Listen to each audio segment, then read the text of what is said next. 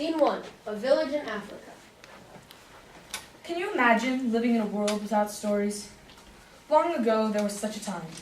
Back when all the people lived in Africa. In that time, there was a tiny spider. Not just any spider, but Anansi the spider. A trickster who used his cleverness to fool creatures larger than himself. One day, from his web high in a tree, he calls out to the village below. You people down there, what's wrong? He scurries down his silken thread and looks straight into the villagers' glassy, dull eyes. Why do you all just sit there, not talking? There's nothing to say, Anansi. Every day we work together in the hot sun, scrambling for food. Our evenings are long and empty. As empty as our bellies on most days. Why don't you tell each other stories? We have no stories. There are none to tell in all the world. Impossible. I would rather lose 2 of my 8 legs than live without stories. We hear Nyame the Sky God has them. They are locked in a wooden box. I will get them for you. How can a little spider wrestle them away from the powerful sky god? Tricksters always find a way. Scene 2, in the clouds. Anansi spins a silken thread all the way to the moon. He climbs up to visit the sky god. I want to buy a box of stars, Jan. The sky god laughs, making the clouds rumble. Ha ha ha! There are not enough riches in the world to buy my stories. There must be something inside beside riches. Psych! Nothing a tiny spider could provide. Name your price, Nyame.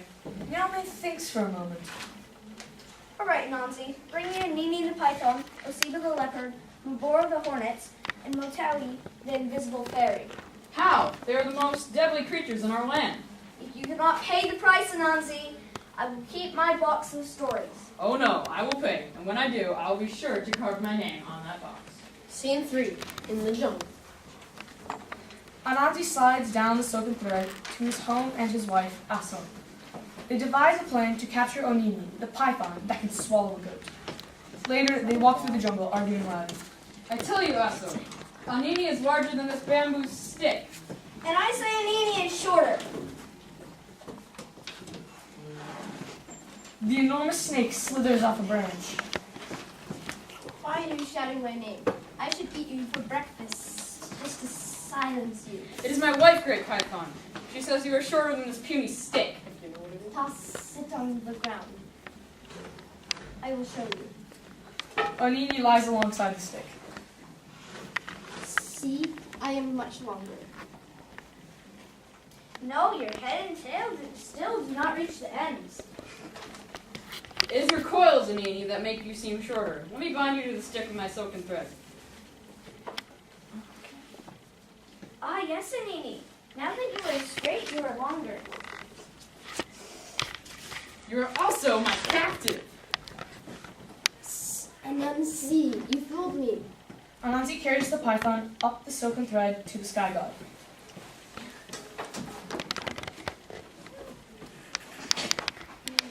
So, trickster, you have delivered Anini, but Osiba the leopard still awaits you. Scene 4, near the watering hole.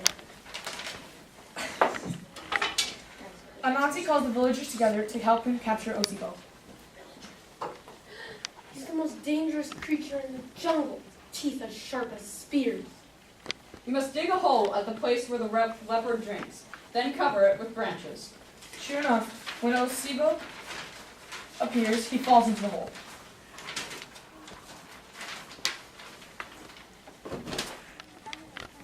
My friend, that is not a good watering hole. It is bone dry. Anansi, you're the clever one. Find me a way out of this trap. Yes, I am clever enough to know that if you do get out, you will eat me.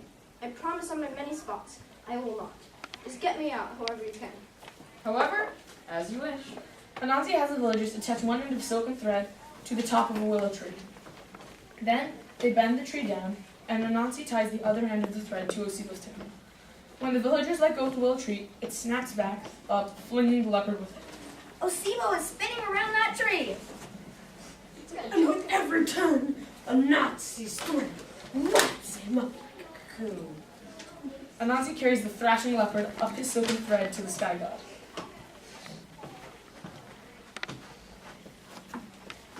So, trickster, you have delivered a Sibo.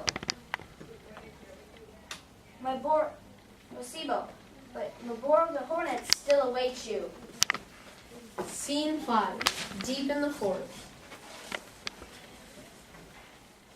Once again, Anansi calls the villagers together. I must capture the Maboro hornets. How? Those things burn like needles on fire. Hollow out a calabash gourd, fill it with water. Then Anansi tells the villagers to snap their fingers quickly and softly. It Sounds like rain. Anansi empties some of the water from the calabash gourd onto his head, and the rest onto the hornet's nest. They fly out. I hear rain. Our nest is drenched. Anansi holds a palm leaf over his head. Come, hornets, keep your fiery stingers dry, and fly into this calabash. Anansi, what a good idea. As soon as the swarm flies into the calabash, Anansi claps the palm leaf over the gourd and ties it with his silken thread. They Shall sing us no more. Anansi holds the buzzing calabash up to the sky god's ear. So, trickster, you have delivered Mabor of the Hornets, but Motawa, the invisible fairy, still awaits you. Scene 6. The forest. Anansi turns to ask for help. How can I trap something I cannot see? Won't be easy, but one thing you know the invisible fairy loves, to eat yam pudding. Ah, then take a bowl of it to the woods where the fairies dance. Meanwhile, Anansi carves a wooden doll and joins us. He spreads sticky gum from the gum tree all over the doll. The villagers hide in the bushes and watch. Why is Anansi tying the silken thread around the doll's neck? And placing the doll beside the yam pudding. Shh, the invisible fairy has a fierce temper. Anansi and the villagers hear rustling sounds. See how the tall grasses are moving? They watch as the bowl floats up on its own. The fairy must be here. Oh, little baby, is this your yam pudding? From behind a tree, Anansi pulls the thread in the doll's neck so it nods. May I have some? The doll nods again. The villagers hear slurping noises. The pudding is disappearing from me. Move. What? Ah, delicious. Thank you, little baby. The doll does not answer. I said, Thank you, little baby. Do you not say you are welcome? The doll still does not answer. Do you hear me? When I say thank you, what do you say? The doll begins to shake. The fairy has grabbed it by the shoulders. ah, little baby, let go of me. The fairy is stuck, glued by the gum. Anansi, pull on the doll! Anansi leaps out and winds his thread around the doll, trapping the invisible fairy. The fairy screeches as Anansi carries her to the fire.